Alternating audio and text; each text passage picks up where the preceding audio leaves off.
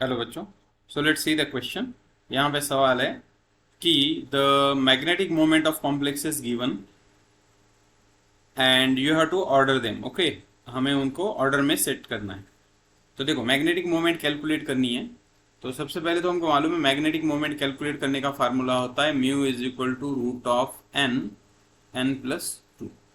Okay, और इसमें एक और चीज होती है, n is equal to number of unpaired electrons. Okay, अब हमको ये कैलकुलेट करना है तो हम वन बाय वन देखेंगे। नंबर वन जो है निकेल 4 टाइम्स। ओके, तो यहाँ पे निकेल जो है वो जीरो ऑक्सीडेशन स्टेट में है। इलेक्ट्रॉनिक कॉन्फ़िगरेशन आएगी 4s2 3d, sorry nickel. Okay, 3d8। और इसके साथ जो है CO वो एक स्ट्रॉन्ग फील्ड लिगैंड है। ओके, तो अब क्या होगा, देखो यहाँ पे एक अलग तरह से पेयरिंग होगी। मैं पहले लिखता हूँ 3d, फिर लिखता हूँ 4s। ओके, 3d में कितने इलेक्ट्रॉन थे, 8। तो वो आठों पेयर हो जाएंगे क्योंकि ये स्टॉक फील्ड लिगैंड है, और 4s के 2 इलेक्ट्रॉन भी इधर आ जाएंगे। मतलब एक्चुअली यहाँ पे इस तरह का स्ट्रक्चर बनेगा 1 2 3 4 5 6 7 8 9 10। 4s खाली रहेगा, 4p भी खाली रहेगा। ओके, तो मतलब और आगे है 4d। ओके, 4d में से 5 में से 2 आएंगे। ओके, तो अब ये इलेक्ट्रॉनिक कॉन्फ़िगरेशन क्या बनेगा, it will be, it is like sp3d2। Okay, ये बनेगा sp3d2।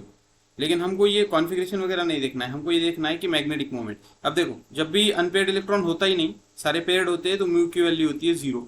मतलब एक नंबर जो है हमारा लास्ट में आने वाला है, सबसे कम एक नंबर आएगा। तो एक ही ऑप्शन है जहां पे सबसे कम दी हुई है एक की। Okay, second option. फिर भी हम बाकी के भी चेक करेंगे।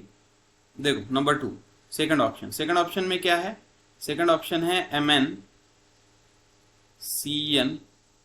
6 टाइम्स 4 माइनस। ओके, अगर मैं इसकी ऑक्सीजन स्टेट निकालू, Mn की हो गई x, -6 इज इक्वल टू -4, मतलब x की आ गई +2। ओके, अगर मैं Mn+2 का लिखूं, Mn+2, तो देखो इसका इलेक्ट्रॉनिक कॉन्फ़िगरेशन होता है 3d5 4s0, क्योंकि +2 हो गया। एक्चुअली 4s2 था Mn का, लेकिन +2 की वजह से ये बन गया। तो अब 3d में कितने अनपेयर्ड इलेक्ट्रॉन है, देखो एक्चुअली 5 इलेक्ट्रॉन है। तो पांचों Cn जो है वो स्ट्रॉन्ग फील्ड लिगैंड है, तो वहां पे पेयरिंग कराएगा। पेयरिंग कराएगा तो यहाँ पे 1 2 3 4 और 5 एक ही अनपेयर्ड इलेक्ट्रॉन होगा। तो जब n की वैल्यू 1 होती है तो म्यू की वैल्यू हो जाती है 1.7 के आसपास। ओके, 1.7। उसके बाद अब आगे का थर्ड वन देखेंगे हम। अब देखो क्रोमियम है यहाँ पे, तो ये जो Cr है ये +3 स्टेट में आएगा। ओके, तो जनरल क्रोमियम का इलेक्ट्रॉनिक कॉन्फ़िगरेशन क्या होता है, 4s 3d4 4s2। लेकिन ये +3 होने की वजह से क्या हो जाएगा, ये बनेगा 3d3 और 4s0। ओके, अब 3d3 है और NH3 जो है वो वीक फील्ड लिगैंड है, और इसलिए यहाँ पे पेयरिंग नहीं होगी, बल्कि यहाँ पे 3d के इलेक्ट्रॉन एज इट इज रहेंगे। अगर मैं इसको ड्रॉ करूँ 3D में 1 2 3 4। ओके, सो 1 2 और 3 इलेक्ट्रॉन। आगे 4s खाली रहेगा, 4p भी खाली रहेगा। मतलब यहाँ पे n की वैल्यू क्या आ गई, n की वैल्यू आ गई 3। तो इसकी म्यू की वैल्यू जो है वो आ जाती है 3.7 के आसपास। ओके, नेक्स्ट हम देखेंगे कोबाल्ट। ओके, अब देखो कोबाल्ट Fe। अब इस केस में अब यहाँ पे कोबाल्ट जो है, कोबाल्ट की x -6 इज इक्वल टू -3, तो x इज इक्वल टू क्या आ गया, 3। ओके, तो कोबाल्ट +3 है। तो अब हम देखेंगे, तो जनरल कोबाल्ट का इलेक्ट्रॉनिक कॉन्फ़िगरेशन होता है 4s2 3d7, लेकिन यहाँ पे +3 होने की वजह से ये बन जाएगा 3d6। ओके, और यहाँ पे इलेक्ट्रॉनिक कॉन्फ़िगरेशन जो है, जब हम इलेक्ट्रॉन डिस्ट्रीब्यूट करेंगे तो देखा जाए तो F जो है वो वीक फील्ड लिगैंड है, इसलिए वहां पे पेयरिंग नहीं होगी। तो पेयरिंग नहीं होगी तो इसका इलेक्ट्रॉनिक कॉन्फ़िगरेशन, सॉरी, ये बन जाएगा 3d6 में विदाउट पेयरिंग।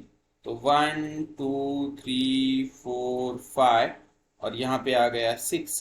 तो मतलब ये 4 क्या है, तुम्हारे अनपेयर्ड इलेक्ट्रॉन है।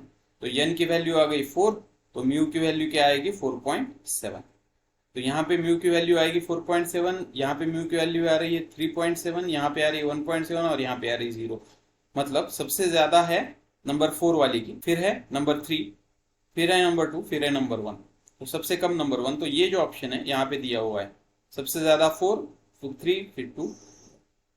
So this is the correct option. So hope you understood it well. Best of luck.